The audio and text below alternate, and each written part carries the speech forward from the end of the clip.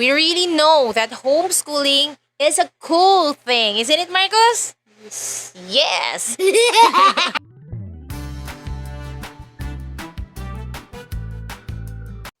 What's up, Chick Fam, and welcome to our channel.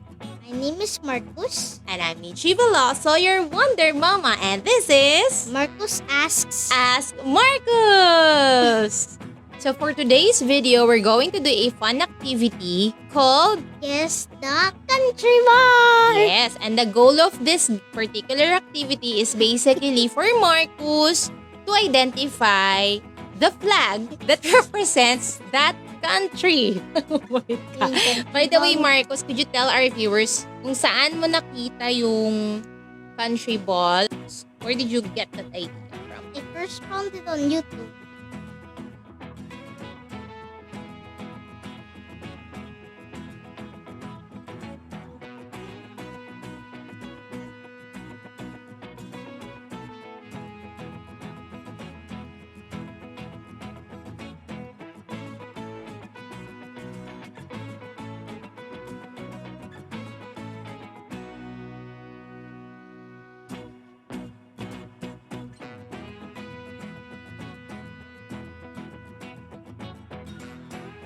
The tutorial is what inspired me to make Country Balls comedy. Oh, nice. It's that black box that's been missing for days. Okay, sige, we're gonna look for it. I keep reading it before bedtime. Tapos madalas talaga, marami siyang alam na hindi ko alam. Kaloka, di ba ako yung teacher? Ako yung tinuturuan minsan. Pero yun, that's part of our homeschooling. And yes, we're going to share with our viewers what homeschooling is and the usual things that we do, diba? Tsaka things. And yes, we have guests again for our segment today. And I randomly selected 15 country balls out of the 191 flags of the world or country balls, diba? So, ready ka na ba, Marcus? Yes! So, takpan muna natin yung mata niya kasi dito niya titingnan sa PowerPoint, which I'm showing here sa inyo. Yan. Okay, ready ka na ba? Okay. Flag number 1. Brazil. Oh, Germany. Philippines. Poland. But Romania or Chad? oh Because which one? Because they basically have the same You flag. have to be sure. So I'm gonna just choose Romania because they're like the same flag in the country. Finland. Wait. Sweden. UK. Ukraine. Ha? Ukraine. USA. India. South Korea. Annyeong! Canada. China. Japan. Israel. Wow! Good job! Alam niyo, na-shock ako kasi talagang sabi ko, wag mo yan titingnan. More? What? More? Told you. Told you? More? Yes, sir. Okay, sige. Level 2. I added 5 more country balls. So, most of these countries hindi pa talaga niya napupuntahan. So, ako din naman, no? Hong Kong, tsaka Bali pa lang. Tama ba? Ako, I haven't visited any country. Oh, who knows? Yeah, saan kaya? Besides Philippines. Because I'm already in the Philippines. Don't you worry, mangyayari yan in 10 years.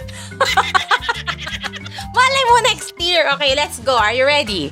Yes! Alright. Okay. Number 16. Here we go. New Zealand. I'm gonna tell you later kung tama o mali. Malaysia. Wait, that's Ireland. Ireland is green, what? Then orange. This one is red. Pass. I remember that one. is Saudi Arabia or China. It's the same thing. Unknown. Okay. It's alright. So, I'm gonna give you the answers, ha? Okay, balik tayo. This one is Iceland. Right. Malaysia. You're not Malaysia? Hindi siya Malaysia. Because you're correct siya. What? Correct Asia! It's Malaysia. Oh, dyan si Ninang Saints. Hi, Ninang Saints. Italy. Ah! Iraq. Uh, And last is Sri Lanka. Dead. Okay lang yun. Congratulations, Marcus. You got 16 out of 20. Yee! Congratulations. So, ayan. As part of our lesson, homeschooling is cool. Why? Because it's not after perfection. It's about progression. What can you say about the activity? Was it fun? Yes. Good job. Anything that you have learned on this activity? Na-challenge ka ba? Yes. Na-challenge. By daw 4 of them. siya. Yung 4. The only one that wasn't challenged by the new ones was Malaysia. I could recognize that flag from anywhere. Great job, Marcos. At speaking of challenge, na-challenge din ako sa kanya. Kasi biruin nyo, pinaghanap pa niya ako ng extra. Pinagagawa pa niya ako ng extra work. So, I have to let him watch something else para I could search for the other 5 flags. This activity is both educational and fun kasi, bakit Marcos? You can learn and like playing at the same time. And speaking of challenges and winning, by the way, we have guest Wonder Mamas again to give us insights about their homeschooling experience. Here they are!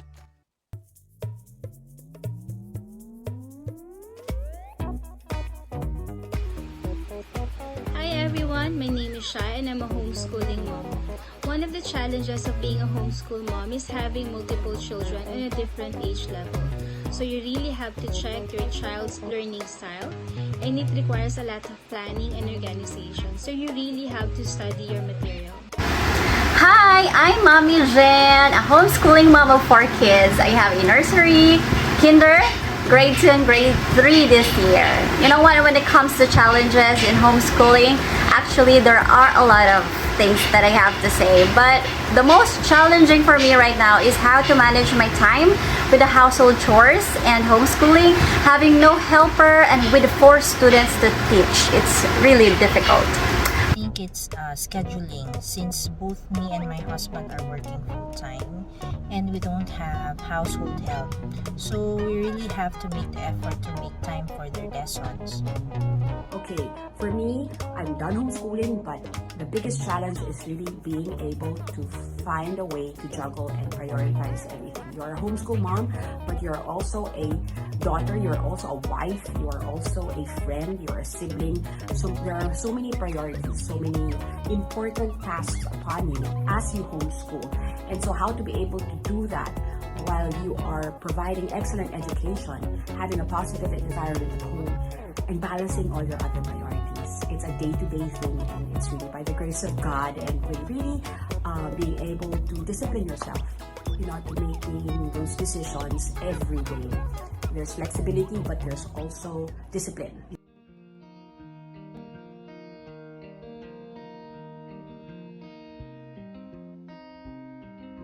Our winning moments as you homeschool, you'll see them every day. Maybe not on certain days, but generally you'll see them. You'll see them when they're so happy to learn, when they hug you, when they appreciate what you do, when you really yourself enjoy being with your children, and really knowing that you are really doing something that is right and that is good for your children. And then of course there's a winning moment when you release them. You'll see of course you'll see them affirmed, awarded, you'll see the feedback of their teachers, and also you'll really be blessed also with the relationship that was formed during this time of homeschooling. And so the openness, the closeness you have with your children is really, for me, a winning, not just a moment, but a winning blessing. Ever since we started our homeschooling journey, I really enjoyed spending more time with my children. It's really rewarding seeing them grow, and we do science experiments together, learning together. For each family, the experience is unique, so you just really have to enjoy the process. So of course, it's less cheaper because I don't have to spend for their baon, transportation, uniform, and other school stuff. And second is I can personally see their progress academically and non-academically. And the most rewarding for me is they are able to spend most of their time with me. I get to know them one by one better, what they are as an individual, what they like and what they don't like. And I guess no other person in this world should know these things better than us parents. Flexibility, we can go places without disrupting their schooling, and most of the time this can also be learning moments for the kids. Another winning moment is their independence to learn. Sometimes I'm surprised that my daughter knows about the lessons that we haven't even tackled yet, just because she read about it in her books. Or my preschooler who loves to draw can already write her name and other certain letters without me teaching it yet to her. Thank you so much to our co-wonder mamas who really made time for us today. Alam mo ba, Marco, sobrang busy nila. Pero hindi. Now you know. But they made time for us. Imaginein mo, most of them are juggling their time. Kamukha ni Mami. Talagang each of us are having a challenge when it comes to household chores, tapos yung lessons, tapos ako, may mga sideline pa. Of course, I'm doing my job on the side, business on the side. Ganon din sila, anak. Those are the challenges. But homeschool is really cool when it comes to the personalization ng studies or ng lessons natin. And even though we're using the unit system, kasi iba-iba yan eh. May Charlotte Mason, meron pang... Unity? Ha? Unity? Yung types of learning or types of homeschooling strategies, yung mga lesson, iba-iba yan, anak. Yung sa atin, naka-per unit tayo, but it's personalized. We would like to give you 3 things, no?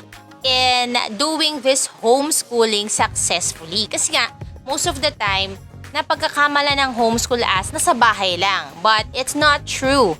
In fact, lagi kaming lumalabas if there is a chance. So, number 1 is, Marcus, in our homeschooling, we study... Anytime, anywhere. Ayun, number 1 is anytime and anywhere. So, there's what we call flexibility when we study. Kasi sometimes, di ba, we go to a coffee shop. Pag gusto namin in the afternoon, shift ko din yung mga subjects niya. Pag hindi niya feel mag-math, for example, in the morning, science muna or arts. So yun, we can do that. So it's flexibility. Number 2, hands-on learning. Yes, hands-on learning. So Marcus, what do you think is your most favorite subject? Science, Science. arts, and Bible. Wow! So what is the most remarkable lesson that we did on, say, science? That we did together? Maybe the ping pong ball. I did that when I'm this age. Mhm. But that was days ago, actually months ago, I think. You mean the marble wire maze? No, not That's that one. Okay. The other one where I got a hair dryer, put a ping pong ball on it, and turned it on. Yeah. floats. What do you think is the part or branch of science related to that experiment? It's not magic, okay? Not sorts. It's just pure science. So, Okay. I'm gonna explain how it works. Mm. You know the balloons, right? They're Yeah. very light, Yeah. okay? You can just like bring them with one hand, okay? Uh-huh. Because they're very light. Okay. But if you put it under a fan, or a fan blows it, or some kind of, electric Force? fan, force of air, or Okay. something that pushes it. Okay. If it's in this example, it's air that pushes it. So if Okay. it's air, Uh-huh. like it'll go. Okay? But if it's something heavy, it won't. Mm-hmm. You know what air resistance is? So we're testing air resistance. Is that what you want to test out? Well, it floats because the air is pushing it up. Alright. And I'm gonna tell you a fact about Okay. gas. Okay? You know what's lighter than air What? and what makes balloons float? What? Helium. Alright. Galing! Apir naman dyan, oh. Good job naman. Clap, clap, clap. Daming alam. So, basically, you want to test if Pattern.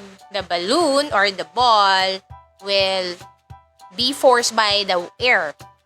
No, To it's go not up. a ball. Yung ping pong ball? Oh, the ping pong ball experiment. Kalimutan agad. It doesn't work with the fan. Fan only works with the balloon, and the ping pong ball only works with the hair dryer. And number 3, Ability to learn through exploration. ayan, the ability to learn through exploration, and or field trip. So, what is the most remarkable exploration or field trip for you, Marcos? When we went to Bicol. Okay. But my most favorite was when we went to Coral Beach and built some, yung types of land like, land Yeah. formation. for example, mountains, mountain Okay. ranges. Alright. Nagawin tayo ng river. Through the sand? Mhm. Okay. I want to go back there. Mainit kasi. So, ako rin dagat na ako. Lapit na yan. Chill ka lang. Okay. So, yun. So, we went also to Intramuros. I think that was their most recent. Sa Bicol, what did we do? Sa Bicol, we Yeah. explored a cave which was really scary. I thought I would fall. And what did you see there? What's the one And also, that's where I got a quartz. yeah, the quartz. Okay. And also, the majestic, almost perfect tone. Mount Mayon. May Ayaw ko- volcano. I almost said mount. Sorry naman. So, there are lots of things we learn. So, you see it, you touch it with your hand, ganyan sa homeschool, and we go anywhere. So, ito yung ata yung isa sa siguro, kung merong Dora the Explorer, siya si Marcos the Explorer. O, di ba? Any other particular activities, Marcos, that you love the most? Like soccer, Soccer, okay. biking. So you love biking. Anything else? I think waddling in the water. Bacha. Yeah. Bacha! In fairness, last time na nag-swim ka nung Mother's Day, nag-swim siya. First time niyang, I believe you went down the pool on your own and you're not afraid anymore. Ba? I'm only not afraid when using floaters. Oh, Specific floaters. again, there's a progress. Kasi before, even if there's a floater, you don't like it. Ngayon, you like it. So sabi ko sa'yo, okay lang yan. Diba? By and by, you will learn to face your fear sa water. Tama? Check. Can I ask you a would you rather question? Okay, One more. sure. Just one. Okay. So, would you rather go to the boringest place possible on Earth, or eat spaghetti with mold on it? What a question! Can I say neither? No.